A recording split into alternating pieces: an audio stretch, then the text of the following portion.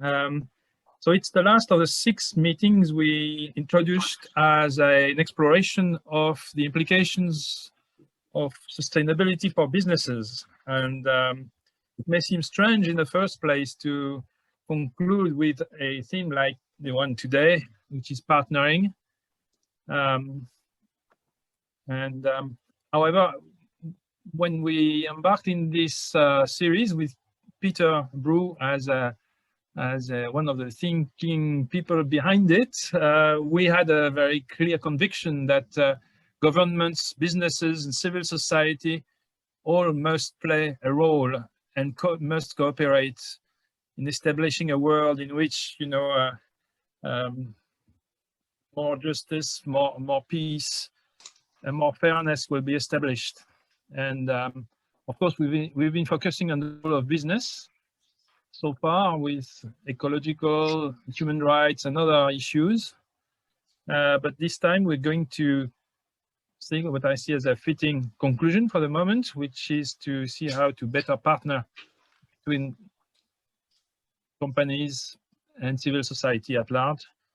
And as you know, we have 2 experts. I would say 2 experts at least, because they have a lot of experience in the field. So that's precious for someone like me who is not very acquainted with this particular discipline. I'm referring to this as the last meeting. Of course, there will be other meetings coming up later. There will be one in July, on the 12th and 13th of July, in the framework of the co-distance meetings this year, about corporate governance, the challenges of corporate governance in the 21st century, with all the changes that have affected this particular field, especially with the request of civil society in terms of CO2 footprint and all the SDGs that we're going to hear about today. So there will be a continuation, and I'll post a link in the chat box so that you can register for that if you're interested. And there will be, of course, we're thinking about more meetings in the second semester. But let's now turn to our first expert, Ros. You're a specialist of cross-sector partnering. It says on your very good website, and partnership brokerage. So I'm all very curious to hear how it works. And I'm sure everyone is. So please. Okay. How it works in 15 minutes. That's going to be a bit of a challenge. Thank you very much, Antoine. And I'm very honored to be asked to contribute to this, and look forward to what the discussions will produce and what the fellow speaker will speak about. Just to explain Partnership Brokers Association, I'll put the website details in the chat box later. So basically, we take for granted that there's a why to partner and a what to partner, and what we focus on is how to partner, which is very often sadly neglected, and very often, in my experience, partnerships fall very far short of potential or expectation or hopes, because people have not understood what it takes to partner. It's not just common sense, and it's not just business as usual. It's really a very radical, with a small r, big R, depending on how you looked at it, different way of doing business. So what I want to try and do is just to throw out some ideas to simulate discussion, and perhaps to offer some challenges, some conventional thoughts about partnership, and to give you the opportunity to have some new ideas, which I hope you'll then follow through in your groups. And I'm not going to show many slides, but I'm going to show a few slides because I think they may concentrate some of the ideas I'm going to share. So I'm going to start with a slide which actually is asking you to, it's asking you to consider what the term partnership means to you. Sorry, let me just put this onto full screen. I know, I'm just I'm just getting there, sorry. So what I want to ask the question is, what does the term partnership actually convey to each of us? I mean, I think we may all have very different views of what the term means. So here are a few pictures just to, it's not working. I don't know why that's not working. Okay, so what does the term partnership convey to each of us? And these are designed to be somewhat controversial. I think this is something of a cliche, but maybe partnership means this to some people. Maybe it means this, in other words, a kind of forced compliance to other people. Maybe it's a kind of hippie dream of a wonderful tomorrow. Maybe it's just an incredibly time-consuming, very inefficient way of working. Maybe it's a kind of interdependence, which means nobody is able to make a decision, or maybe it's a radical change and radical challenge to the way the world operates.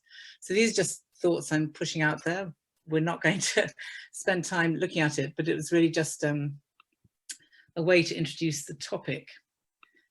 So to get cracking, I thought what I would do is start with a story, and I was going to start with a story that actually comes from a country in Africa. I'm going to try very hard not to name the country or the players, because I think I probably shouldn't do that without their permission. So if I name any of them by accident, please ignore me, ignore that part of the story. But what I want to do is tell a story, and the point of telling this story is not because it's replicable. I mean, one of my first thoughts about partnership is that you can't replicate it, because every single partnership will have its own constituent parts, its own track record, its own context, its own history, its own personalities. And so actually, I think a major problem with many people thinking about partnership is that partnership is a matter of models that you can then pick up and parachute somewhere else. And I think that's absolutely not true. What you can parachute elsewhere is how to do partnering well. I think the skills, the processes, the how-to is genuinely transferable across cultures and contexts. But I think the actual partnership is very specific. And the reason I want to tell this story is that it's completely unreplicable, because the two people involved were unique and would never have done, I don't imagine anybody else would have had either the idea or been bold enough to carry it out. So my reason for telling it is to inspire you that radical things are possible, and that when you really take courage and really step up and really think outside the box, you might be able to move mountains. Most partnerships fall very far short of this, so that's the reason for telling it. So to be as brief as I can, it involves a large rural-based NGO in an African country and a small subsidiary battery company in the same country. There's a long prelude to this story, but basically the battery company was doing very badly. It was large industrial batteries that were being produced for agricultural machinery. The host, the international company that was responsible for this local battery company, was wanting to get rid of it. The local managers were very keen to buy it and had the money to buy it and wanted to take over ownership and make it into a local thriving business. But they only had the currency of the country in which to purchase it. And of course, the international company wanted international currency. So there was a complete block to them being able to purchase it. Meanwhile, the leader of an NGO, who was quite well known internationally and well funded internationally, was very concerned about her NGO's dependence on external aid. So what she was looking for was to find a solution to getting some more commitment and regular funding from somewhere internal to the country. And she happened to meet the local manager of this company at some kind of social event and told her story, and he told her his story. So to cut a very long story short, the first thing that happened was that she was invited to go and see the factory. What she saw was a totally run down, very messy, dirty, demoralized workforce, products that were really not useful or out of date, etc., etc. And she immediately had ideas about what could make it function better. But one of her questions to the company director was, is it possible for you to make a different kind of battery? We would be desperate for solar powered batteries in our villages. To which he said, well, we'll think about it. So he went into R&D mode, and they developed a single cell solar powered battery, which she then adopted and was able to purchase with her external funding. So he had a whole new line in battery typologies. They got on very well. In due course, after a 1-year process, she agreed with her external funders that they would pay her next tranche of funding into a Swiss bank account. The Swiss bank account would pay the international battery company in US dollars for the purchase of the company, and the local company would pay her in the local currency. So that she got exactly the right amount of money. In fact, she got more because she didn't have to pay the conversion fee, and she got a fee for brokering the deal. The small battery company was able to buy itself out from the international company, and the funders, the grant makers, took a lot of persuasion, but they eventually did it because they trusted her, because they saw her as somebody with great integrity. So what happened, and I'm going to show you this in a slide because it's easier to summarize it, is, so these were the outcomes. So the company survived and thrived because it had local ownership. The new product lines that were started were introduced and greatly increased sales. The profits increased significantly year on year, enabling investment in much better machinery, The workforce was better trained, much more motivated, leading to far higher levels of retention. Local people saw the factory as bringing new value to their community and therefore accepted expansion plans. The company director became quite a lead figure and influencer amongst his peers, in other words, with other business people. The NGO, as a thank you for doing this deal, was given a seat on the board, and the NGO was pledged 25% of share value for the company. So the NGO was able to give access to battery power to all its rural communities in which it worked, which enabled education, health, and livelihood outcomes. The NGO had a steady and growing income stream that was locally generated, because as the factory flourished, so the NGO got more money from annual payouts, and it meant it was decreasing its dependence on external funding, which is a pretty good plan because external funders change their allegiances pretty quickly. The NGO director began to think much more about social business models for the rural poor, based on her experience of the board that won't be named, and the NGO started piloting new pro-poor social business activities. The NGO director was seen as pioneers and influencers within the NGO sector and beyond. So I'm showing this, and I'm just reiterating, this is a story about innovative thinking and courageous practice. It's not about replication, but what I'm trying to suggest is that actually if people go into these kinds of partnerships with a very open view and they genuinely share their challenges. These were two major challenges these two organizations had, and they worked through a way of meeting each other's quite fundamental needs and challenges. So I think talking about challenges, there are a number of challenges that face all partnerships across the globe.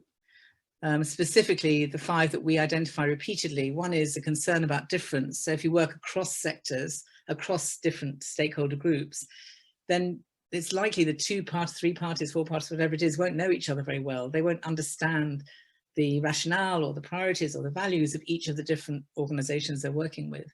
I mean, it's not common for NGO people to understand the nature of business, et cetera, et cetera. So many people go into a cross-sector partnership or multi-stakeholder partnership with real concern about the differences.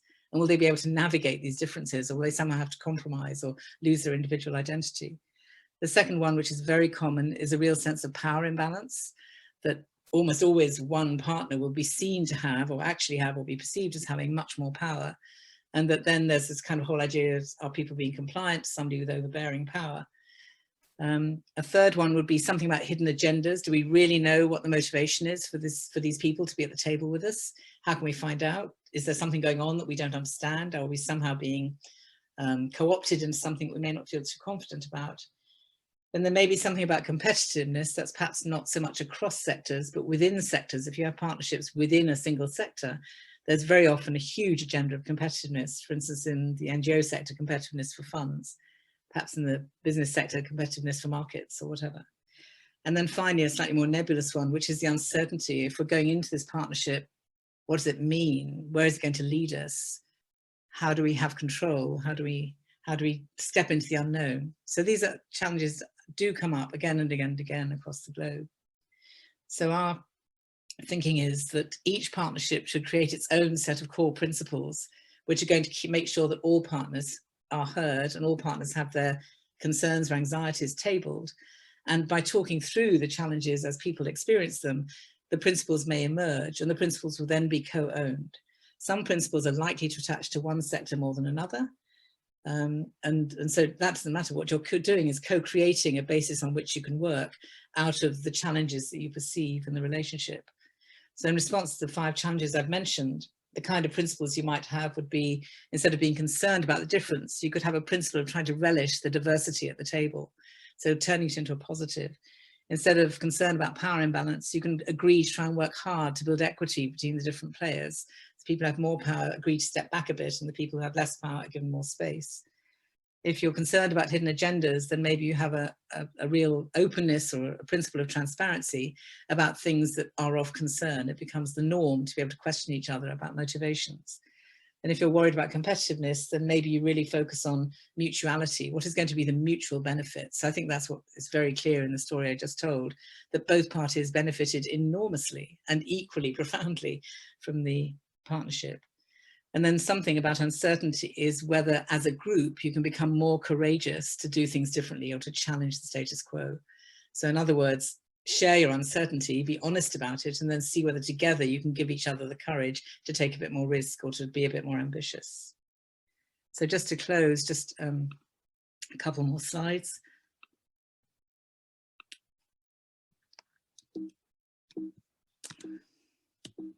I will move on. Okay, so I think what we can say about partnering is that it requires both art and science. In other words, there's something intuitive that can work very importantly. So here we have somebody looking at an egg and being able to see a bird. In other words, you look at the basic people around the table who form the partnership and see the potential of what it can become, which takes imagination. It takes a sense of emotional engagement. It takes something of a vision. It definitely takes people skills, as we all know, and it probably more than anything requires active listening so that people are really listening to each other. But it's also equally a science, so it's not one or the other, it's both, and you need to have both attributes within your partnership. So as well as imagination about the future, you also want somebody who understands, or you will have to have a sense of what's happened before, what's the history, what's the track record, what you have to be aware of about the context. So analysing things and bringing to the table not just people skills, but real administrative skills. It really takes effort to make a partnership work. And as well as active listening, it's really important to learn how to speak clearly so that people aren't befuddled by what you're saying, but they're drawn in to really understand what you're saying. And as well as a kind of huge commitment and engagement, which I think does underpin most successful partnerships. Somebody somewhere has a real passion and determination for it to succeed, but there may also be a kind of sense, there should also be a sense of professional objectivity and detachment. Is this the right way to do it? Could we do it better? Is this partner really not cooperating? Do we need to deal with it? That kind of thing. So I think effective partnering takes skilled navigation, which I would call partnership brokering, which is what the Partnership Brokers Association is all about. And just to end with a quote to set you thinking as you go into your groups. A partnering mindset brings a genuine curiosity together with the ability and willingness to explore diverse perspectives and experiences. It establishes equity and respect, especially where little may have existed before. It builds openness and enthusiasm for all voices, even those without perceived power to be heard. It explores and validates both individual and mutual interests and sees courage to make a difference on issues that are important to all those who are involved.